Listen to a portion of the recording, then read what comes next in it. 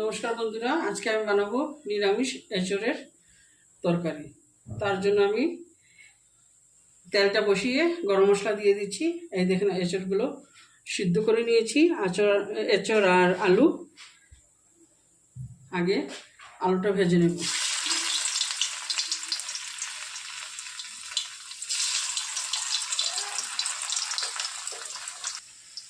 একটু নুন দিয়ে দিচ্ছি, একটু হলুদ গুঁড়ো দিয়ে দিচ্ছি। এখন ভেজে নেব।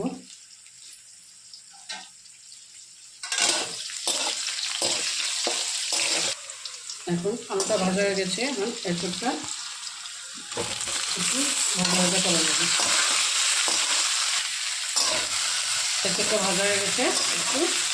এখন মশলা দিয়ে দিচ্ছি। এটার মধ্যে জিরা 1 চামচ, ধনিয়া 1 চামচ, হলুদ আধা চামচ, লঙ্কা 1.5 চামচ আর নুনটা 1 চামচ দিয়ে এখন ভালো মতো কষিয়ে নেব।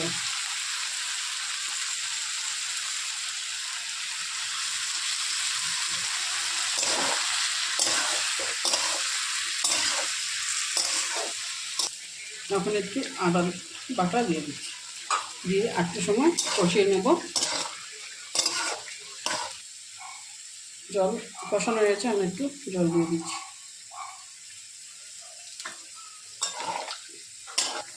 একটু নরম হয়ে গেছে তরকারিটা। একটু চিনি দিয়ে দিচ্ছি, ঘি দিয়ে দেব, গরম মশলা দিয়ে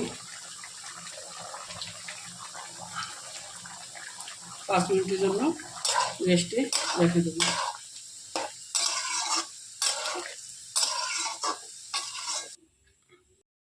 বন্ধুরা, ভালো যদি লাগে অবশ্যই লাইক অ্যান্ড শেয়ার করবেন।